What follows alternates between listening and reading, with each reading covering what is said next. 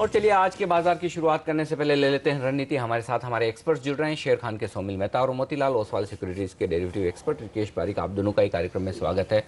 सबसे पहले सोमिल, शुरुआत आपसे करना चाहूँगा।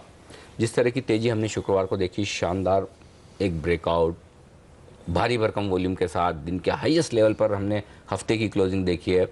अब और कितनी तेजी बाकी है या तेजी की शुरुआत हुई है? मैं नहीं समझता कि बहुत बहुत बड़ी रैली है। 5650 बहुत ही इम्पोर्टेंट रेजिस्टेंस रहेगा, लेकिन वो बहुत दूर की बात तो है। पहुंचेंगे बिल्कुल 5300 के ऊपर तो देख रहे हो आप। हाँ एग्जैक्टली 5450 में बिल्कुल एक्सपेक्ट कर रहा हूँ ऊपर की तरफ, जो एक 78% रिट्रेसमेंट लेवल है। पूरे फॉल का जो हमने देखा 5650 से नीचे की तरफ 4770, ये जो पूरा फॉल था उसका 78% रिट्रेसमेंट लेवल्स में एक्सपेक्ट कर रहा हूँ। 53 एक बहुत ही क्रूशल रेजिस्टेंस रहेगा क्योंकि वो एक 61% रिट्रेसमेंट लेवल है। लेकिन जिस हिसाब से ये मोमेंटम है, मैं समझता हूँ कि ये मोमेंटम 5450 तक बिल्कुल कैरी कर सकता है। जो मोमेंटम इंडिकेटर हैं अभी भी बाई में है, ओ बॉट नहीं हुए हैं, तो ये रैली को कंटिन्यू करने की पूरी स्ट्रेंथ है। वॉल्यूम्स बढ़िया है और एक ब्रेकअवे गैप भी मिला है। हमने एक ट्रायंगुलर पैटर्न बनाया था लास्ट मंथ, पूरा कंसोलिडेशन, और उसके ऊपर ब्रेकआउट हुआ है। तो ओवरऑल बायस पॉजिटिव रहेगा in the short term, in the medium term both. लेकिन द मोस्ट इम्पॉर्टेंट थिंग कि यहाँ पर सपोर्ट कहाँ पे रहेगा। सबसे क्रूशल सपोर्ट होगा 5216, जो एक 20 आर्ली मूविंग एवरेज है। बहुत दूर है, लेकिन मैं समझता हूँ कि कल तक में ये थोड़ा सा कंसोलिडेशन होगा, तब तक ये लेवल्स मूविंग एवरेजेस ऊपर की तरफ शिफ्ट हो जाएंगे। लेकिन अभी के लिए 5216 एक इम्पॉर्टेंट सपोर्ट रहेगा, उसके नीचे मैं एक्सपेक्ट नहीं कर रहा हूँ। लेकिन रिकेश, आपको क्या लगता है वायदा कारोबार के संकेत क्या कर रहे हैं? क्योंकि शुक्रवार के सेशन में तो एफआईएस की तरफ से जमकर खरीदारी का आंकड़ा निफ्टी फ्यूचर्स में आया है। शॉर्ट कवरिंग हुई है या नई खरीदारी भी होती हुई दिख रही है? या निफ्टी फ्यूचर में अगर हम देखेंगे, क्योंकि हम एक 15 दिन तक हम एक अच्छे बैंड में जो ट्रेड कर रहे थे और उसके ऊपर गैप अप के साथ ओपनिंग दिया हुआ है, तो डेफिनेटली एक थोड़ा बहुत शॉर्ट कवरिंग और बिल्टअप होता है, वहाँ पे बनता है। तो एक तरह का एक मोमेंटम बना हुआ है। और जब अभी जैसे इन्होंने बताया कि 5216 जो गैप का अपर बैंड है, जब तक वो सस्टेन हो रहा है, एक अच्छा मतलब इंडिकेशन है। तब तक एक पॉजिटिव बायस बना के चलना चाहिए एक बार मार्केट में। ऑलराइट, हम लेते हैं फिलहाल एक ब्रेक, लेकिन ब्रेक के बाद आपको बताएंगे प्री ओपनिंग सेशन में किस तरह खुलता है बाजार। लेकर आएंगे पहला सौदा, बने रहेंगे हमारे साथ।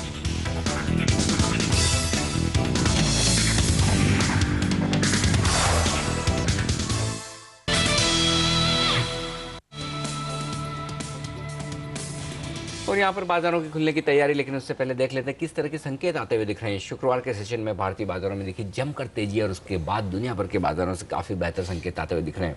पहले शुक्रवार के सेशन के यूरोप के बाजार आपके सामने हाजिर करेंगे। यूरोप में इंग्लैंड के बाजारों को छोड़ दे फुट्सी को, उसके अलावा बाकी बाजारों में 4 से 5% तक की तेजी होती हुई दिखी। देखिए आप कैक और डैक्स 4.5% की मजबूती के साथ बंद होते हुए दिखे। तो यूरोप के बाजारों में हुई जमकर तेजी। अब बात करें अमेरिका की।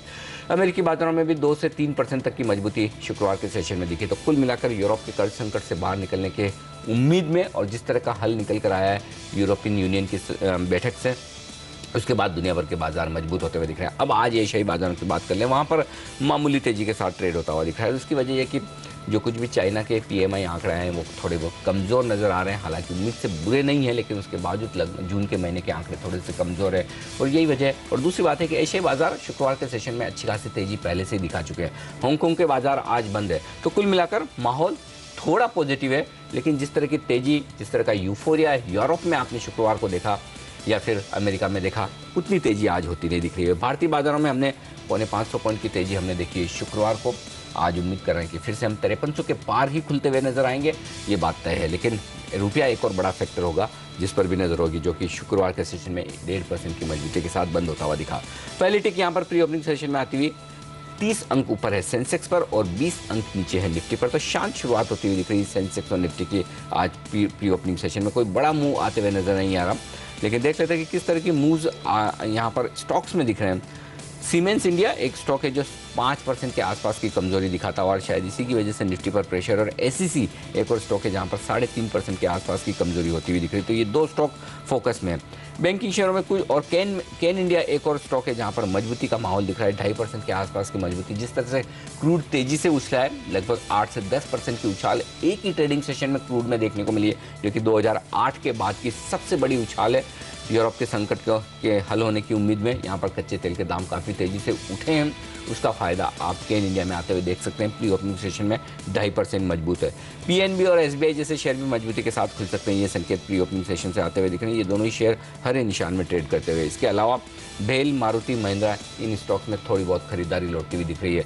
रुपए की भी शुरुआत होती दिखेगी अब आपको डॉलर के सामने, और देख लेते हैं कि क्या शुक्रवार की तेजी को बरकरार रख पाता है रुपया।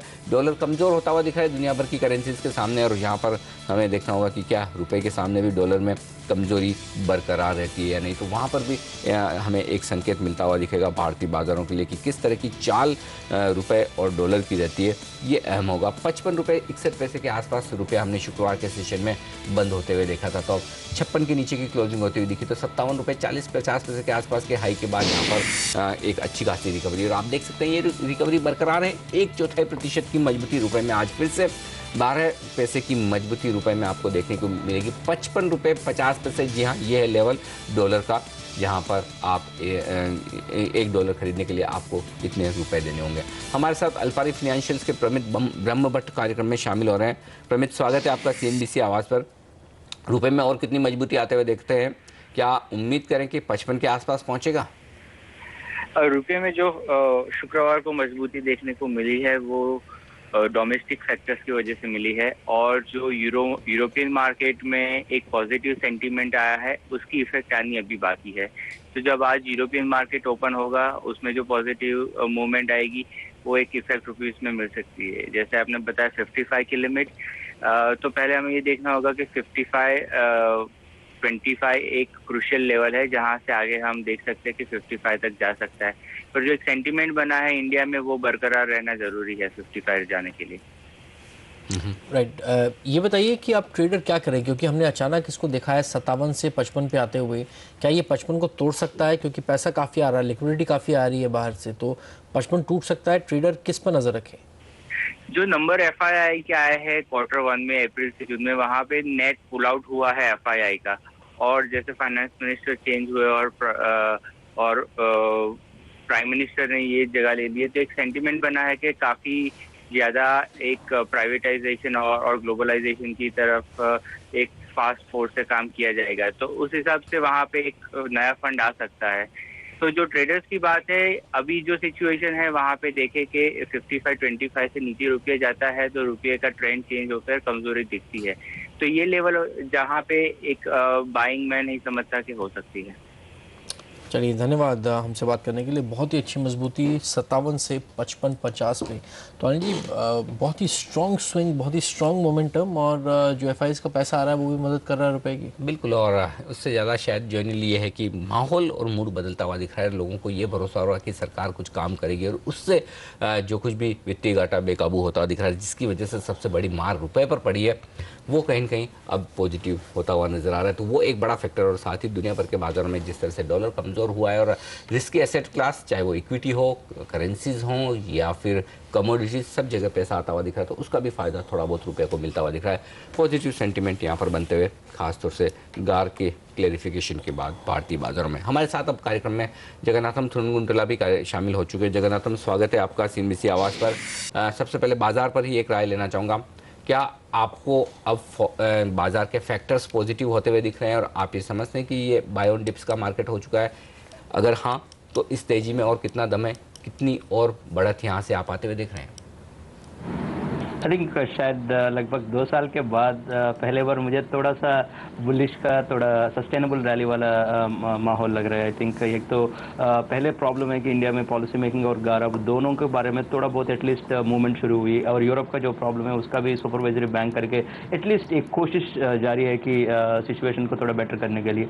ओवरऑल देखे आई थिंक रैली मुझे लगता है कि थोड़ा सस्टेनेबल है। अगर 400 रुपये का EPS के हिसाब से लेके निफ्टी इस साल का, इसका मतलब है कि 5200 निफ्टी, S&P निफ्टी लगभग 13 टाइम्स पी मल्टीपल, सो कम पी मल्टीपल नहीं है, बट फिर भी मुझे लगता है कि 14-15 टाइम्स तक एक बार स्ट्रेच होने के चांसेस है। इसका मतलब है कि लगभग 5600 तक ये रैली हो सकती है। जगन्नाथम, वो जो हम जब पहले बात कर रहे थे और आपने बोला था कि शायद आपको 3900 पे निफ्टी दिखता है, क्या वो टारगेट्स अब आपने बढ़ा दिए हैं? सपोर्ट आप ऊपर की ओर देख रहे हैं, क्योंकि आप 5600 निफ्टी की अब बात कर रहे हैं, 5600?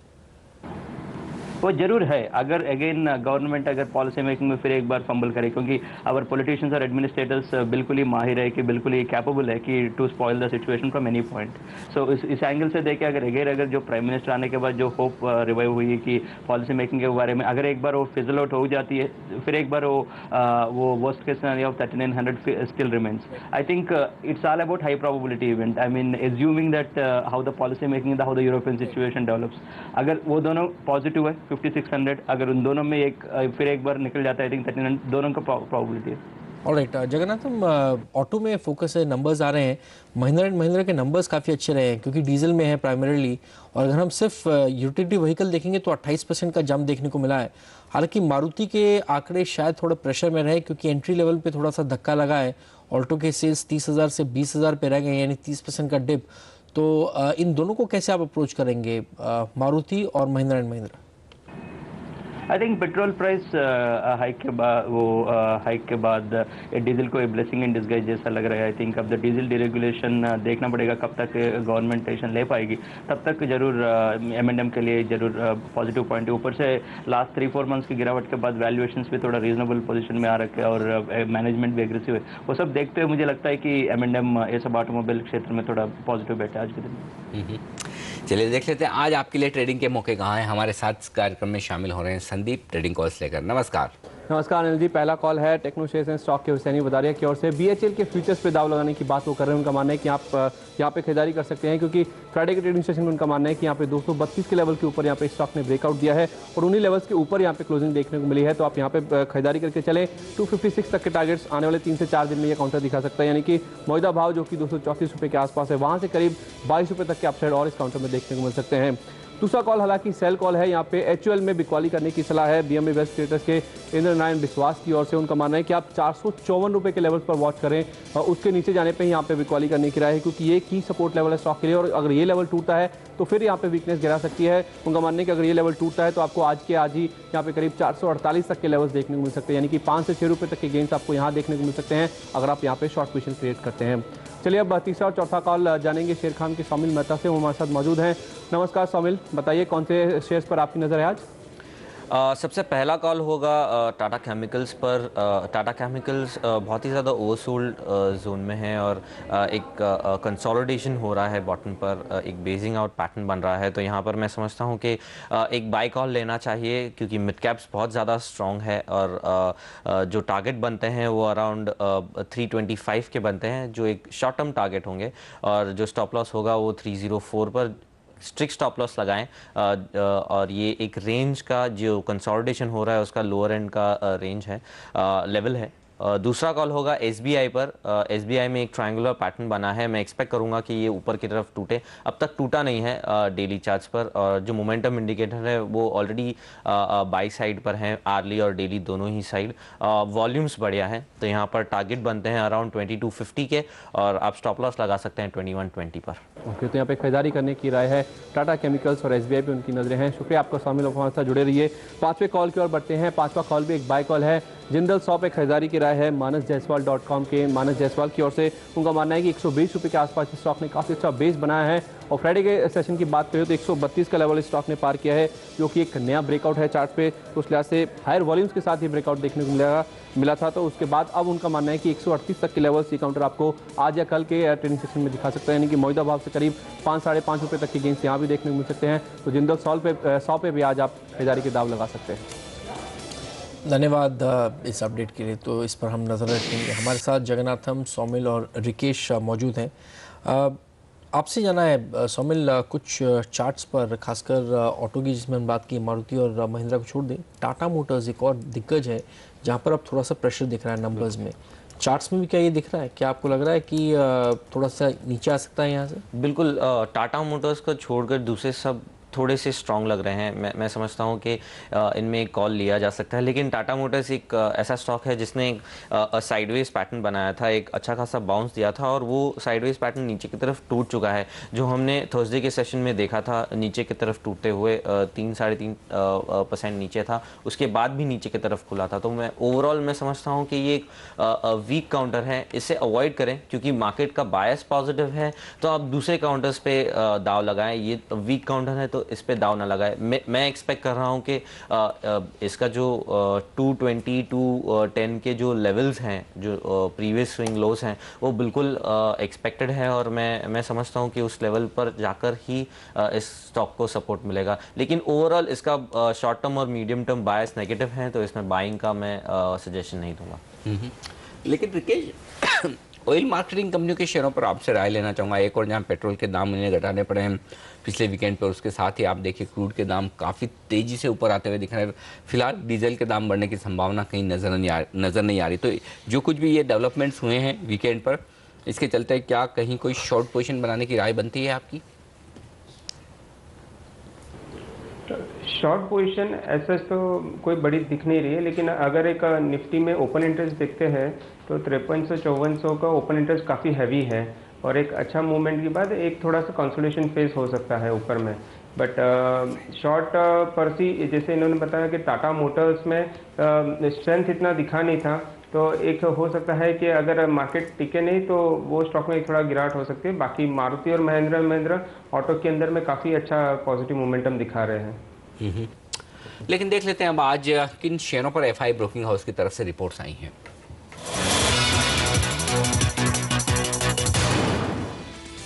क्रेडिट स्विस ने यहाँ पर रिपोर्ट दी है एचसीएल टेक पर और उन्होंने आउट परफॉर्मर की रेटिंग बरकरार रखी है। 580 रुपये का लक्ष्य दिया है। उनका ये मानना है कि 3% की ग्रोथ दिखेगी तिमाही दर तिमाही और साथ ही मार्जिन थोड़े से बेहतर होंगे। लेकिन एमएनएम पर यूबीएस ने रेटिंग घटा दी है, घटाकर न्यूट्रल की है। लक्ष्य अब घटाकर 770 रुपये किया है। क्यों? क्योंकि उनको लगता है कि फिलहाल जो मानसून है वो थोड़ा सा ख़राब रहा है, एक हाई बेस है और उस वजह से ट्रैक्टर इंडस्ट्री डी ग्रो कर सकता है FY13 में। मॉर्गन स्टैनली की तरफ से रिपोर्ट ये MCX पर और उन्होंने टारगेट रखा है 1300 रुपये का और स्टॉक 1065 पर। तो यानी कि यहाँ से भी अच्छी खासी अपसाइड उन्हें नज़र आ रही है। यहाँ पर उन्हें लगता है कि जिस तरह से कमोडिटी प्राइसेस में वॉलेटिलिटी है उसको देखते हुए डाउन साइड रिस्क जरूर है, लेकिन फिर भी खरीदारी की राय, इक्वल वेट की राय उन्होंने रखी है।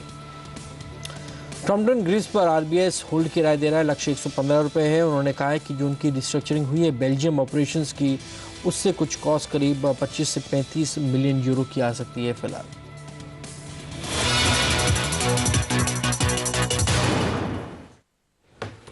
कुछ और शेयरों पर राय लेते हैं और यहाँ पर एक और स्पेस है जिस पर आज फोकस रह सकता है, वो है बैंकिंग। जगन्नाथ, हम SBI जो बाजार का दिग्गज बैंक है उनकी तरफ से खबरें आ रही कि वो अपनी डिपॉजिट रेट्स को मामूली बढ़ा रहे हैं। इसका क्या मतलब निकाला जाए और बैंकिंग शेयरों पर क्या रणनीति होनी चाहिए इस बाजार में, खासतौर से SBI? Interest rate cycle reverse की जब बात हो रही थी, ये थोड़ा स्ट्रेंज है, आई थिंक अनएक्सपेक्टेड है, क्योंकि SBI लगातार CRR कट वगैरह के बारे में कि जब भी होते तो उनके लोन रेट में कम करने की कोशिश में जारी है। आई थिंक SBI उस मामले में तो जरूर फ्रंट में है। एनीवेज आई थिंक इट में बी ओनली शॉर्ट टर्म वो इसके लिए होगा। I think overall I think इस पॉइंट से देखें तो बैंक से भी थोड़ा पॉजिटिव व्यू बनाना चाहिए फॉर ए रीज़न कि RBI के पास भी ज़्यादा ऑप्शंस नहीं है। चाहे ठीक है एक मीटिंग ना करे तो दूसरी मीटिंग ना करे तो इवेंचुअली तो इंटरेस्ट रेट कट करना है। सो इवेंचुअली आई थिंक थोड़ा मीडियम टर्म के हिसाब से भी लेके चले, ये सब PSU बैंक में भी एक रीजनेबल रैली देखने के लिए मिलना चाहिए। और यहाँ देख लेते हैं कि किस तरह की शुरुआत होगी भारतीय बाजार की। प्री ओपनिंग सेशन में ट्रेडर्स उतना मजबूती के मूड में नहीं है, काफ़ी शांत शुरुआत के संकेत आते हुए दिख रहे हैं। सिर्फ 9 पॉइंट ऊपर है सेंसेक्स, निफ्टी महज 5 पॉइंट ऊपर। जहाँ SGX निफ्टी में बता रहा था कि हम शुरुआत करेंगे 5300 के ऊपर, वहीं यहाँ पर 5283-85 का लेवल आता हुआ दिख रहा है। अगर आप 20 पॉइंट की प्रीमियम जोड़ लें, इसका मतलब 5305 के आसपास जो 5316 का लेवल निफ्टी का दिख रहा है, उससे हम लगभग 10-15 पॉइंट कम मजबूती के साथ शुरुआत करेंगे। ये संकेत आते हुए दिख रहे प्री ओपनिंग सेशन के। तो ऐसा लग रहा है कि जो कुछ भी तेजी शुक्रवार को हो चुकी है उसके पहले शायद थोड़ी सी एक शांत शुरुआत यहाँ पर आज के सेशन की होती हुई दिखाई दे और उसके बाद ट्रेडर्स कुछ देर बाद शायद मन बनाएंगे कि आगे किस तरह से लेवल्स देखने को मिलेंगे। लेकिन फिलहाल संकेत साफ आते हुए यहाँ पर शुरुआत में आप बाजार में बहुत ज़्यादा उतार चढ़ाव आते हुए नहीं देखेंगे। तो पहली टिक यहाँ पर अगर आप देखें सेंसेक्स और निफ्टी में आपकी स्क्रीन पर आ चुकी है और जो कुछ भी संकेत दिख रहे हैं काफ़ी शांत शुरुआत के दिख रहे हैं। 25 अंक ऊपर अब सेंसेक्स और निफ्टी पर आप देख सकते हैं कि जो शुरुआत होती दिख रही है वो 8 पॉइंट की मजबूती के साथ, तो 1/4% के आसपास की तेजी के साथ शुरुआत होती दिख रही है सेंसेक्स और निफ्टी की इस वक्त। मजबूती वाले शेयरों की बात करें तो केन इंडिया बेस्ट परफॉर्मर जो लगभग 1% 1.25% की मजबूती के साथ खुलता हुआ दिख रहा है। इंटरेस्टिंग बात है कि शुक्रवार की तेजी के बावजूद आज कोई भी स्टॉक ऐसे नहीं जो बड़ी तेजी या मंदी के साथ खुलते हुए दिखे हैं। और कमजोरी की बात करें तो यहाँ पर ऑटो शेयरों पर दबाव है। टाटा मोटर्स ने खराब नंबर दिए, 1% के आसपास की कमजोरी वहाँ पर है।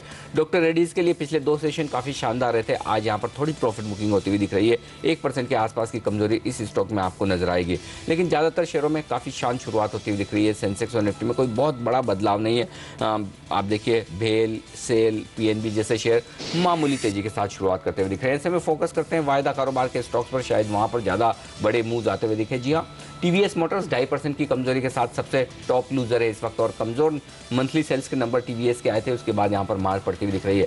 सेंचुरी टेक्सटाइल में प्रॉफिट बुकिंग 2% की कमजोरी यहाँ पर दिखेगी, और जिस तरह की हम बात कर रहे थे एचपीसीएल, बीपीसीएल और आईओसी तीनों ही शेयर 1% से ज़्यादा की कमजोरी के साथ शुरुआत करते हुए दिख रहे हैं। तो जो प्रेशर दिख रहा है वो काफ़ी हद तक ऑटो स्टॉक्स पर दिख रहा है। टीवीएस मोटर्स और टाटा मोटर्स इसे लीड करते हुए दिख रहे हैं। टाटा मोटर्स डीवीआर भी कमजोर है। आप देख सकते हैं जेपी पावर वेंचर्स 1% कमजोर खुला है आज के सेशन में। शुक्रवार को ऑफर फॉर सेल था, ऑफर फॉर सेल पूरा हो चुका है, लेकिन जो फ्लोर प्राइस आई है वो 33.54 के आसपास, यानी कि यहाँ से काफ़ी नीचे की फ्लोर प्राइस पर स्टॉक बेचा है जेपी पावर ने, और यही वजह की स्टॉक नीचे खुलता हुआ नजर आ रहा है। मजबूत शेयरों की बात करें, अरविंद लिमिटेड ये सबसे बेहतरीन प्रदर्शन करने वाला, और वजह साफ है, जो कुछ भी हड़ताल चल रही थी इनके प्लान पर वो वापस ले ली गई, और उसके बाद स्टॉक 2.5% की मजबूती है। जीएसपीएल 2% की मजबूती के साथ ट्रेड करता हुआ दिख रहा है। हिंदुस्तान कंस्ट्रक्शन के बोर्ड ने रिस्ट्रक्चरिंग को मंजूरी दे दी, इसके बाद यहाँ पर 1% से ज़्यादा की मजबूती होती हुई दिख रही है, और कुछ हद तक खरीदारी यहाँ पर बैंकिंग शेयरों में आती हुई दिख रही है। छोटे banks, Indian bank, south Indian bank, ये थोड़ी मजबूती के साथ शुरुआत करते हुए दिख रहे हैं, लेकिन सेंसेक्स और निफ्टी अब कमजोरी के साथ ट्रेड करते हुए दिख रहे हैं। लाल निशान में आपको सेंसेक्स और निफ्टी दोनों ही नजर आएंगे। 16 पॉइंट की कमजोरी यहाँ पर सेंसेक्स में, निफ्टी 4 पॉइंट की कमजोरी मिड कैप और स्मॉल कैप शेयरों में अब भी, लेकिन यहाँ पर मजबूती का रुख बरकरार है। वहाँ पर 1/4% की मजबूती। कौन से शेयर वहाँ पर एक्शन में दिख रहे हैं वो मैं आपको बता दूँ। मुद्रा लाइफस्टाइल 5% की मजबूती, आज फिर से लगातार दूसरे दिन ऊपर के सर्किट के आसपास ट्रेड करता हुआ। गैब्रियल इंडिया जहां बोनस को लेकर आज बोर्ड बैठक होने वाली है, और संदीप की टीम का फ्री हिट खिलाड़ी 4% की मजबूती दिखाता हुआ। श्रेय इन्फोटेक के लिए कुछ पॉजिटिव खबरें आती हुई दिखी, इन्होंने कुछ शेयर्स जारी किए हैं और स्टॉक में 3.5% की मजबूती है। बिल पावर एक और स्टॉक है जो यहाँ पर आशीष की टीम का फ्री हिट खिलाड़ी था, यहाँ पर भी 3% से ज़्यादा की मजबूती आते हुए दिख रही है। ये स्टॉक भी काफ़ी तेज़ी से ऊपर आता हुआ दिख रहा है। जिंदाल पोली यहाँ पर प्रदीप ने अपनी टीम में फ्री हिट बल्लेबाज के तौर पर शामिल किया था, 2% की मजबूती वहाँ पर दिखेगी। और IVRCL एक और स्टॉक है जो मजबूत था यहाँ पर, जो यहाँ पर नीरज की टीम में फ्री हिट बल्लेबाज के तौर पर शामिल हुआ था, यहाँ पर भी पॉजिटिव शुरुआत होती हुई दिख रही है। एविएशन स्टॉक्स पर डाल लीजिए नज़र, यहाँ पर भी तेज़ शुरुआत होती हुई दिख रही है, क्योंकि ATF के दाम कम किए हैं ऑयल मार्केटिंग कंपनियों ने। स्पाइस जेट मामूली तेजी के साथ ट्रेड करता हुआ, जेट एयरवेज में भी खरीदारी। किंगफिशर बुरी खबरों से जूझता हुआ, और यही वजह कि आज 12 रुपये के नीचे फिर से 11.70 का लेवल है, यहाँ पर कमजोरी के साथ शुरुआत होती हुई दिख रही है। तो ये कुछ एक शेयर है जो एक्शन में आज की सुबह सुबह दिख रहे हैं, यहाँ पर खरीदारी का माहौल बनता हुआ दिख रहा है। लेकिन कुल मिलाकर आज काफ़ी हद तक कंसोलिडेशन का माहौल है। जिस तरह से शुक्रवार को हमने अच्छी खासी तेजी की, अब बाजार यहाँ पर स्टेबल होते हुए दिख रहे हैं। हमारे तीनों एक्सपर्ट्स हमारे साथ हैं। सबसे पहले सोमिल, राय आपसे लूँगा। 5270 पे है निफ्टी इस वक्त, क्या करें? बिल्कुल खरीदारी करनी चाहिए, बायस पॉजिटिव है, और बाय ऑन डिक्लाइंस की ही स्ट्रैटेजी अपनानी चाहिए। 5200 5215 के आसपास के स्टॉप लॉस लगाएं, और उसके ऊपर मैं समझता हूं कि जो टारगेट्स बनते हैं वो 5450 के एक पोजिशनल ट्रेड अगर लें तो 5450 के एक टारगेट बनते हैं, लेकिन इन द शॉर्ट टर्म 5320 5330 के टारगेट्स बनते हैं इन अ वेरी इमीडिएट रन, 1 या 2 दिन। अरविंद में एक बाउंस बैक है, क्या किया जाए फिलहाल? जगन्नाथम, यहाँ जो वर्कर्स ने स्ट्राइक की थी फैक्ट्री में, वो फिलहाल उन एम्प्लॉयज़ को वापस ले लिया गया है। स्टॉक 3% ऊपर है और बढ़ रहा है अब। क्या करना चाहिए ट्रेडिंग के हिसाब से? Arvind, you said, right? Yes.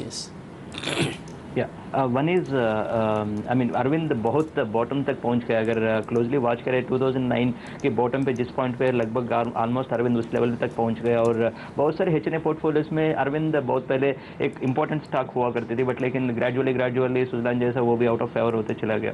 But लेकिन मुझे लगता है कि वो बॉटमिंग आउट प्रोसीजर मोर और लेस कंप्लीट हो रही है। आई थिंक यहाँ से जो नागार्जुन कंस्ट्रक्शन जो किया, आई थिंक मोर और लेस अरविंद भी वही कर सकते हैं, क्योंकि नागार्जुन कंस्ट्रक्शन में भी वो 2009 वाला बॉटम टच करते करते इमीडिएटली 10-15% ऑलरेडी बाउंस देखने के लिए मिला हुआ है। सो शायद अरविंद में भी सेम फीट रिपीट हो सकता है। लेकिन एक स्टॉक पर फोकस करते हैं और वो है सन टीवी। सन टीवी के स्टॉक पर एक बड़ी ब्लॉक डील यहाँ पर होती हुई दिख रही है और ब्लॉक डील आपके सामने रिपोर्ट करेंगे। कौन से एक्सचेंज पर ब्लॉक डील हुई है? ये हुई है एनएससी पर। एनएससी पर यहाँ पर सन टीवी का स्टॉक आपके सामने हाजिर करेंगे। 10 लाख शेयरों का कारोबार ब्लॉक डील के जरिए में सन टीवी में होता हुआ नजर आ रहा है। तो फिर से ब्लॉक डील का सिलसिला शुरू होता हुआ दिख रहा है। बाजार की तेजी के साथ ही एक्शंस लौटते हुए दिख रहे हैं और आप देख सकते हैं 300 रुपये के दर पर यहाँ पर ब्लॉक डील होती हुई दिखी है और लगभग 10 लाख शेयरों का कारोबार हुआ है। और आप यहाँ पर अगर फोकस करें तो 306-307 रुपये के आसपास का लेवल इस वक्त नजर आएगा। तो अपनी ब्लॉक डील की प्राइस से सन टीवी ऊपर की तरफ आता हुआ दिख रहा है। तो कुल मिलाकर एक ब्लॉक डील बड़ी यहाँ पर mid cap counter Sun TV में होते हुए दिख रही है। स्टॉक काफ़ी अच्छा खासा रनअप देगा। पिछले कुछ सेशंस में 240-250 से 300 रुपये तक आ चुका है। यहाँ पर रिकेश, क्या आप इस स्टॉक को ट्रैक करते हैं? वायदा कारोबार में काफ़ी अच्छी सीरीज रही है पिछली, इसके लिए क्या करना चाहिए? सन टीवी इतना ट्रैक नहीं किया हुआ है क्योंकि वॉल्यूम भी काफ़ी कम होता है वहाँ पे। सौमिक, थोड़ा सा इन द शॉर्ट टर्म थोड़ा सा अभी भी पॉजिटिविटी बाकी है और मैं समझता हूँ कि 320 325 के लेवल्स बिल्कुल नज़र आ सकते हैं। लेकिन इसे एक पोजिशनल ट्रेड कन्वर्ट ना करें क्योंकि मैं समझता हूँ कि अभी भी इसमें बहुत सारा वीकनेस है। एक बार 20 डेली मूविंग एवरेज को फिर से ये रीटेस्ट जब करें जिसका लेवल अराउंड 290 या 295 के आसपास है, तब उस पर आप दाव लगा सकते हैं अपोजिशनल ट्रेड के लिए जिसके लेवल्स 370 380 के लेवल्स नज़र आ सकते हैं टारगेट्स। और लेकिन इन द शॉर्ट टर्म 320 325 में आप बुक करें और नेक्स्ट वीकली पॉजिटिव क्लोज के लिए वेट करें और उसके बाद एक पोजिशनल ट्रेड का मौका ढूंढें। राइट रिकेश, टीवीएस मोटर्स में क्या किया जाए? जो नंबर्स आए मंथली नंबर्स, उसने निराश किया, स्टॉक 4% नीचे। थोड़ा बहुत तो नंबर्स के हिसाब से इसके अंदर में नरमी रह सकती है स्टॉक के अंदर में, but I think so decline पे एक बार देख सकते हैं। इसके अंदर में लेवल्स मैंने देखे नहीं है इसके अंदर में टीवीएस मोटर्स में। लेकिन कुछ और शेयर यहाँ पर एक्शन में जो दिख रहे हैं वहाँ उस पर राय लेना चाहूँगा। जगन्नाथ, क्या आप ऑयल मार्केटिंग कंपनियों के शेयरों में कोई ट्रेड करना पसंद करेंगे? आज सारे के सारे कमज़ोर है, 1 से 2% के आसपास की कमजोरी यहाँ पर दिख रही है। नहीं, अभी नहीं। आई थिंक ये गवर्नमेंट का डिसीजन मेकिंग तो शुरू हुआ, बट लेकिन इतना भी नहीं है कि इमीडिएटली डीजल रेगुलेशन इतना बड़े बड़े डिसीजन हो पाएंगे नहीं हो पाएंगे, देखना पड़ेगा। अगर कोई इसके ऊपर बेट करना चाहे तो जरूर ले सकते हैं, जरूर इस डिप को शायद खरीदारी के हिसाब से लेना चाहिए, बट मेरे मानना है कि डीजल डीरेगुलेशन इतना जल्दी डिसीजन नहीं हो पाएगा। राइट सौमिल, केन इंडिया में क्या किया जाए? आज निफ्टी के टॉप गेनर्स में शामिल है और साथ ही कच्चा तेल बढ़ रहा तो इनको प्रॉक्सी है, ये भी बढ़ जाता है, लेकिन कितना इसमें अपसाइड है? जो हमने पूरी राइज देखी in last I think 1.5 month में एक बाउंस देखा, वो एक करेक्टिव बाउंस था और पिछले कुछ सेशन में वो वीक होते हुए नज़र आ रहा है। तो मैं समझता हूँ कि जो प्रीवियस स्विंग लो है, एग्जैक्टली लेवल्स तो मुझे याद नहीं, लेकिन जो प्रीवियस स्विंग लो है वो बिल्कुल रीटेस्ट कर सकता है और मैं समझता हूँ वो एक अच्छा लेवल होगा फिर से बाइंग करने के लिए। यहाँ पर जो अभी हमने पॉजिटिविटी देखी है वो शायद सिर्फ एक बाउंस है, इसलिए मैं एक्सपेक्ट कर रहा हूँ कि जो प्रीवियस स्विंग लोस हैं वो बिल्कुल रीटेस्ट हो सकते हैं और फिर वहाँ से आप एक अच्छा खासा एक पोजिशनल कॉल ले सकते हैं या एक ट्रेडिंग बाउंस खेल सकते हैं। चलिए, यहाँ पर वक्त है हमारे एक्सपर्ट से विदा लेने का, लेकिन जगन्नाथ, हम जाने से पहले एक और स्पेस पर आपसे राय लेना चाहूँगा और वो है टेलीकॉम, क्योंकि आज फिर से ईगोम की बैठक होने वाली है स्पेक्ट्रम की प्राइसिंग को लेकर और इस बैठक की अध्यक्षता इस बार शरद पवार करेंगे, चूँकि प्रणब मुखर्जी अब मिनिस्ट्री में नहीं रहे। क्या राय बनती है आपकी टेलीकॉम स्टॉक्स पर इस अहम बैठक के पहले? एक तो टेलीकॉम में इमीडिएट बाउंस देखना बहुत मुश्किल है जी, क्योंकि बहुत सारे factors I think heavy data news आ रहे हैं और साथ के साथ अगर स्पेक्ट्रम प्राइस जब तक तय नहीं होगा तब तक ऑलरेडी डेट का बर्डन से जो बैलेंस शीट सफ़र कर रहे हैं और ऊपर से और डेट का कितना क्लैरिटी आएगा वो सब बड़ा प्रॉब्लम्स है। मुझे नहीं लगता है कि कोई बड़ा बाउंस देखने वाले मूव होगा आज वाला। चलिए, आप सब लोगों का बहुत बहुत शुक्रिया CNBC आवाज़ के लिए वक्त निकालने के लिए। जगन्नाथम, सौमिल और रिकेश, आप सबका। बाजार यहाँ पर मामूली कमजोरी के साथ ट्रेड करते हुए, इनफैक्ट ये कहना होगा कि कमजोरी नहीं है, कंसोलिडेशन है। महज 4 पॉइंट नीचे निफ्टी है, महज 17 पॉइंट नीचे सेंसेक्स है। और आप सुबह से देखिए सेंसेक्स और निफ्टी में बहुत छोटी रेंज, मुश्किल से 15 पॉइंट की रेंज में यहाँ पर ट्रेड हुआ है। तो 10.5 पॉइंट ऊपर, 10.5 पॉइंट नीचे। लेकिन आप देखिए मिड कैप और स्मॉल कैप शेयर अब भी हरे निशान में थे, यानी कि जो तेजी है वो दिग्गजों के बाहर फैलती हुई दिख रही है और यह एक पॉजिटिव संकेत है। फिर से रिकवरी की कोशिश आती हुई बाजार में। बढ़ने वाले शेयरों की तादाद अब भी दुगुना है गिरने वाले शेयरों के मुकाबले में। ऐसे में बड़ा सवाल ये कि ये छोटे मोटे मूवमेंट अपनी जगह है, लेकिन बड़ी चाल बाजार की कैसी रहेगी, ये बताने के लिए हमारे साथ कार्यक्रम में शामिल होंगे प्रभुदास लियादत के मैनेजिंग डायरेक्टर दिलीप भट्ट इस ब्रेक के बाद, और उनसे लेंगे बाजार पर उनकी रणनीति।